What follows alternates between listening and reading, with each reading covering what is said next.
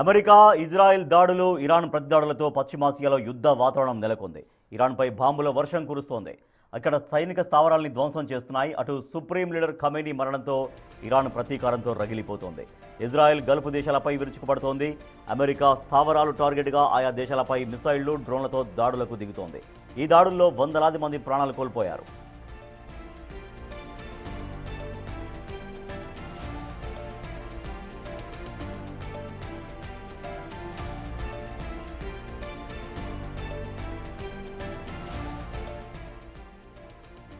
ఇరాన్పై America, Israel చేపట్టిన joint operation కొనసాగుతోంది. ఇరాన్లోని సైనిక స్థావరాలే లక్ష్యంగా రెండు దేశాలు భారీ దాడులు చేస్తున్నాయి.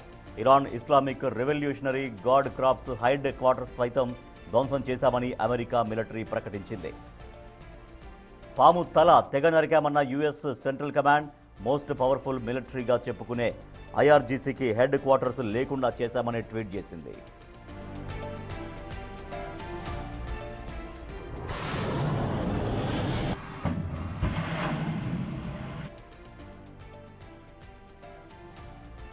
అటు ఇజ్రాయెల్ సైతం ఇరాన్ మిలిటరీ కమాండ్ సెంటర్లపై దాడులు కొనసాగిస్తోంది. IRGC intelligence headquarters, IRGC Air Force command control centres, internal security head క్వార్టర్స్పై బాంబుల వర్షం కురిపించింది.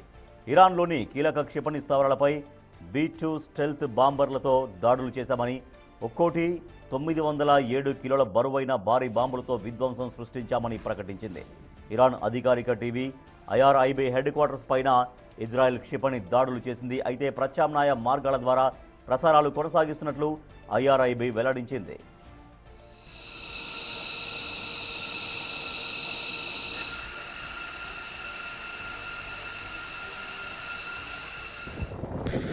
మరోవైపు Israel America joint operation supreme leader Ayatollah Ali Khamenei మృతితో ఇరాన్ ప్రతీకారంతో రగిలిపోతోంది. ఇజ్రాయెల్తో పాటు గల్ఫ్ దేశాల్లోని 27 అమెరికా మిలిటరీ స్థావరాలపై మిసైళ్లు, డ్రోన్లతో విరుచుకుపడింది. యునైటెడ్ అరబ్ ఎమిరేట్స్లోని పలు ప్రాంతాలపై క్షిపణులతో దాడులు కొనసాగించింది. దుబాయ్ ఇంటర్నేషనల్ ఎయిర్పోర్ట్, బుర్జ్ అల్ అరబ్ హోటల్, పామ్ జమేరాతో పాటు పలు ప్రాంతాలపై దాడులకు దిగింది.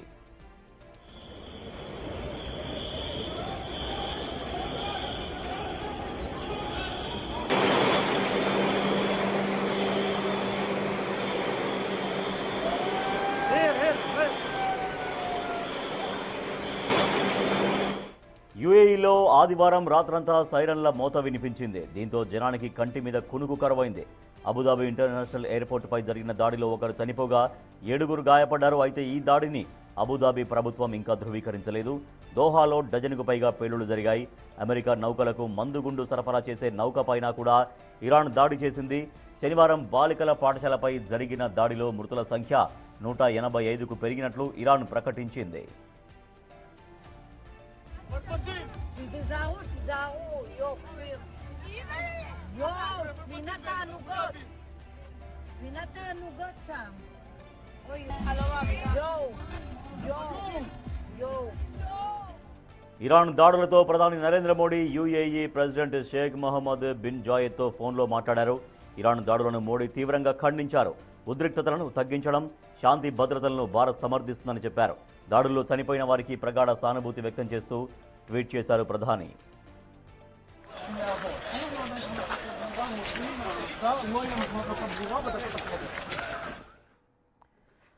ఇరాన్పై అమెరికా, ఇజ్రాయెల్ ఇంకా జాయింట్ ఆపరేషన్ కొనసాగిస్తూనే ఉన్నాయి. At the same time Iran కూడా అమెరికా స్థావరాలని ధ్వంసం చేసే వివిధ దేశాల్లో, గల్ఫ్ కంట్రీస్లో అమెరికాకు సంబంధించినటువంటి ఆ స్థావరాలు ఏవైతే ఉంటాయో వాటికి సంబంధించిన వాటిపైన కూడా బాంబుల వర్షం కురిపిస్తోంది.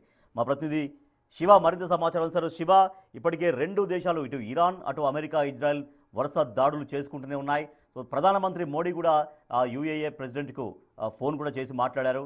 సో శాంతి స్థాపనకు భారత్ చేసేటువంటి ప్రయత్నాలు ఏ రకంగా ఉంటాయని ప్రధాని చెప్తున్నారు.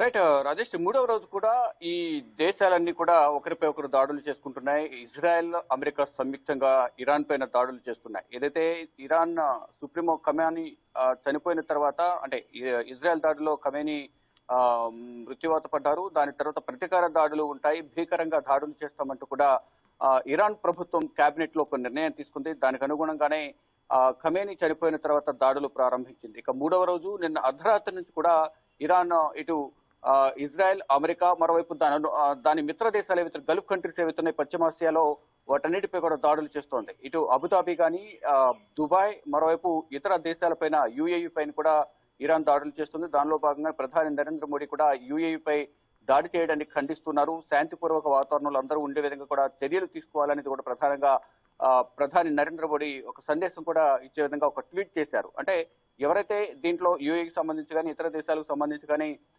చనిపోయారో వారందరికీ కూడా సంతాపం తెలుపుతూనే ఈ యుద్ధం ఇంతటితో ఆగాలి, ఈ యుఏఈ పై ఎందుకు దాడి చేస్తుంది ఇరాన్ అనేది ప్రధానంగా ప్రధాని నరేంద్ర మోడీ ఒక ట్వీట్ కూడా చేశారు. అయితే ప్రజెంట్ చూసుకుంటే కనుక యుద్ధ వాతావరణం ఇంకా పశ్చిమాసియాలో కొనసాగుతుంది. ఇరాన్ పై అమెరికా, ఇజ్రాయెల్ సంయుక్తంగా దాడులు కొనసాగిస్తోంది. మరోవైపు ఇజ్రాయెల్ గల్ఫ్ దేశాలపై ఇతర దేశాలపైన ప్రతీకార దాడులు అయితే ఇరాన్ చేస్తూనే ఉంది. ఇక మిసైళ్లు, డ్రోన్లతో ఇరు వర్గాలు విరుచుకుపడుతూ ఉన్నాయి.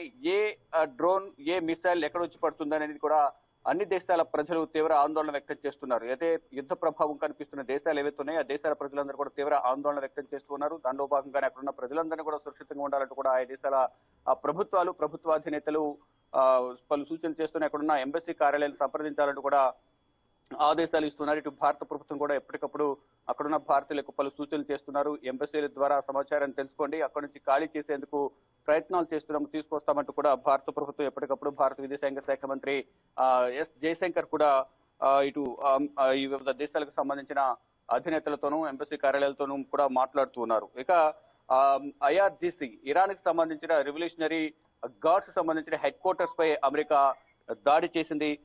అంటే పాము తల తెగ నరికామంటూ కూడా ఇజ్రాయెల్ కమాండర్ ఒక ప్రకటన కూడా చేశారు. ఇజ్రాయెల్ యుఎస్ కు సంబంధించిన సెంట్రల్ కమాండ్ కూడా ఒక ట్వీట్ చేసింది. ఇక B-2 స్టెల్త్ బాంబర్లతో ఇరాన్ పై అమెరికా దాడులకు తెగబడింది. తన దగ్గర ఉన్న మొత్తం యుద్ధ సామాగ్రి కానీ బాంబులతో ప్రయోగం చేస్తోంది. ఇటు ఏ విధంగానైనా ఇరాన్ మట్టు పెట్టాలనేది కూడా అమెరికా భావిస్తోంది. అంటే ఒకవైపు దెబ్బతిన్నప్పటికీ కూడా మళ్ళా ఎందుకు దాడులు చేస్తున్నారనేది కూడా ప్రధానంగా అమెరికా భావిస్తుంది. దానిలో భాగంగానే నిన్న ఖమేనీ చనిపోయారన్న వార్త తెలిసిన తర్వాత జనమంతా రోడ్లపైకి వచ్చారు. మరోవైపు ప్రతీకార దాడులు ఉంటాయంటూ కూడా ఇరాన్ ప్రకటించింది. ఇరాన్ ప్రకటించినట్లుగా దాడులు చేస్తున్న నేపథ్యంలో దాడులు ఇంతటితో ఆపండి, ఆపకపోతే ప్రతి దాడి ఉంటుంది, ఈ దాడిని మీరు ఊహించలేరు, విధ్వంసం సృష్టిస్తామంటూ కూడా ట్రంప్ ఒక వార్నింగ్ ఇచ్చారు. అయినప్పటికీ కూడా ట్రంప్ వార్నింగ్ పట్టించుకోకుండా ఇరాన్ మళ్లీ దాడులు చేస్తుంది. దీని ద్వారా ఇరాన్ కే నష్టం అనేది కూడా అంతర్జాతీయ నిపుణులు చెప్తున్నారు. మరి వైట్ హౌస్ వర్గాలు కూడా అవే ధృవీకరిస్తూ ఉన్నాయి. దాడులని ఆపేసేయాలంటూ కూడా చెప్తున్నారు. ఏదైతే అణు ఒప్పందానికి సంబంధించి చర్చలు విఫలమయ్యాయో ఆ చర్చలు విఫలమైన వెంటనే ఇజ్రాయెల్ దాడులు చేయడం, దాని వెనకే అమెరికా దాడులు చేయడం ప్రారంభించాయి. దీనిలో భాగంగా మొదట ప్రయోగించిన మిసైల్స్ లోనే టెహ్రాన్ పై ఈ మిసైల్స్ ను ప్రయోగించారు. ఎక్కడైతే ఇరాన్ సుప్రీమో ఖమేనీ ఉన్నారో అయతుల్లా అలీ ఖమేనీ నివాసం ఉన్న ప్రాంతంలోనే ఆ కార్యాలయంపై దాడి చేశారు. ఆ దాడి చేసిన మొదటి క్రమంలోనే ఖమేనీ మృతి చెందారు. ఆయనతో పాటు డిఫెన్స్ సంబంధించిన రక్షణ రంగానికి సంబంధించిన ప్రముఖులందరూ కూడా చనిపోయారు. వారి కుటుంబ సభ్యులు కూడా చనిపోయిన పరిస్థితి కనిపిస్తా ఉంది. దాని తర్వాత ఆయన కుమారుడు నెక్స్ట్ ఖమేనీ వారసుడుగా పదవి బాధ్యతలు చేపట్టారు. ఒక కౌన్సిల్ ను కూడా 3 సభ్యులతో ఏర్పాటు చేశారు. పాలన ఏ విధంగా నడిపించాలనే అంశాలపై చర్చించేందుకు. అయితే ప్రజెంట్ చూసుకుంటే కనుక ఈ యుద్ధం అనేది ఇంకా కొనసాగుతుంది. ఇది యుద్ధం ఎప్పుడు ఆగుతుందా, ఎప్పుడు ప్రశాంత వాతావరణంలో జీవించవచ్చు అనేది కూడా ప్రధానంగా ఈ యుద్ధ ప్రభావం ఉన్న దేశాలన్నీ కూడా ఆశగా ఎదురు చూస్తున్నాయి. కానీ ఏదో ఒక వైపు నుంచి దాడులు కొనసాగుతున్నాయి. అంటే మధ్య దేశాలు ఏవైతే ఉన్నాయో, మధ్యప్రాచ్య దేశాలు ఏవైతే ఉన్నాయో, ప్రధానంగా అమెరికా, ఇజ్రాయెల్ ఈ 2 దేశాలు, మరోవైపు ఇరాన్, ఈ మధ్యలో ఏ దేశాలు ఉన్నాయో అవి ఎఫెక్ట్ గురవుతున్న పరిస్థితి కనిపిస్తుంది. మేము ఏం చేయనప్పటికీ మా పైన ఎందుకు దాడి చేస్తుంది ఇరాన్ అనేది ప్రధానంగా వారందరూ తీవ్ర ఆగ్రహం వ్యక్తం చేస్తూ ఉన్నారు. దానిలో భాగంగానే ఇటు యుఏఈ పై దాడికి సంబంధించి కూడా ప్రధాని నరేంద్ర మోడీ ఖండించారు. దీనికి సంబంధించి చర్యలు తీసుకోవాలని కూడా భావిస్తున్నారు. అంటే మొత్తం అందరూ కూడా ప్రశాంత వాతావరణంలో ఉండాలి, ఈ శాంతి చర్చలు జరపాలని కూడా ప్రధాని చొరవ తీసుకుంటున్నట్లు కూడా తెలుస్తుంది. దానికి సంబంధించి వివిధ దేశాధినేతలతో కూడా ప్రధాని మాట్లాడే ప్రయత్నాలు చేస్తున్నట్లుగా కూడా తెలుస్తోంది. ఇక 27 అమెరికా మిలిటరీ స్థావరాలపై కూడా ఇరాన్ దాడులు చేసింది. దానిలో భాగంగా Dubai airport, Burj all Arab hotel పైన కానీ, బుర్జ్ ఖలీఫా కానీ ఇతర ప్రసిద్ధ స్థలాలు ఏవైతే ఉన్నాయో ఈ గల్ఫ్ కంట్రీస్ లో వాటిపై ప్రధానంగా ఈ ఆర్థిక నష్టం చవి చూసే విధంగా ఆర్థిక నష్టాన్ని చేకూర్చాలనేది కూడా ప్రధానంగా ఇరాన్ భావిస్తోంది. అంటే ఇరాన్ ఏ విధంగా అయితే ఆర్థికంగా కుదేలైపోయిందో ఇతర దేశాలపై కూడా దాని ప్రభావం పడాలనేది కూడా చూస్తూ ఉన్నారు. దానిలో భాగంగానే అన్ని దేశాలు గల్ఫ్ కంట్రీస్ పై కూడా దాడులు చేస్తున్నారు. దాని ద్వారా ప్రాణ నష్టం జరుగుతుంది, ఆస్తి నష్టం జరుగుతుంది. దీని ద్వారా అనేక మంది అనేక విధాలుగా ఇబ్బందులు ఎదుర్కొంటున్నారు. ఇక అన్ని ఎయిర్పోర్ట్లు కూడా క్లోజ్ చేశారు. ఇటు ఢిల్లీ నుంచి వెళ్లే విమానాలన్నీ కూడా దాదాపు అన్ని అన్ని రద్దు చేశారు. ఇతర దేశాల నుంచి వచ్చే విమానాలను కూడా రద్దు చేశారు. ఇక ఎప్పటికప్పుడు ట్రావెల్ అడ్వైజరీ జారీ చేస్తున్నాయి. IndiGo, air India, Akash air సంస్థ ట్రావెల్ అడ్వైజరీ జారీ చేస్తున్నాయి. ఇక ఆయా దేశాల నుంచి విమాన రాకపోకలను అన్ని కూడా క్లోజ్ చేసిన నేపథ్యంలో మరో 2 రోజుల్లో అంతా క్లియర్ చేసి భారతీయులను అక్కడి నుంచి తీసుకొచ్చే ప్రయత్నాలు అయితే భారత ప్రభుత్వం కూడా చేసింది. ప్రధాని నరేంద్ర మోడీ అధ్యక్షతన నిన్న రాత్రి ఈ సెంట్రల్ కేబినెట్ కి సంబంధించిన సెక్యూరిటీ భద్రతా వ్యవహారాల కమిటీ సమావేశం కూడా జరిగింది. ఈ భారత ప్రభుత్వం తీసుకోవాల్సిన చర్యల గురించి నిన్న జరిగిన సమావేశంలో చర్చించినట్లు కూడా తెలుస్తోంది. Rajesh. Right, thank you Shiva. Israel America joint operation ఇంకా కొనసాగిస్తున్న ఇరాన్ పైన, అలాగే ఇరాన్ కూడా దాడులకు తెగబడుతోంది. పశ్చిమాసియాలో మొత్తం యుద్ధ వాతావరణం కొనసాగుతూనే ఉంది. యూఏఈపై ఇరాన్ దాడులు చేయడాన్ని భారత ప్రధాని నరేంద్ర మోడీ తీవ్రంగా ఖండించారు. యూఏఈ అధ్యక్షుడికి ఫోన్ చేసి మాట్లాడారు. శాంతి స్థాపనకు భారత్ కూడా కృషి చేస్తుంది అంటూ భరోసా ఇచ్చారు ప్రధాని నరేంద్ర మోడీ.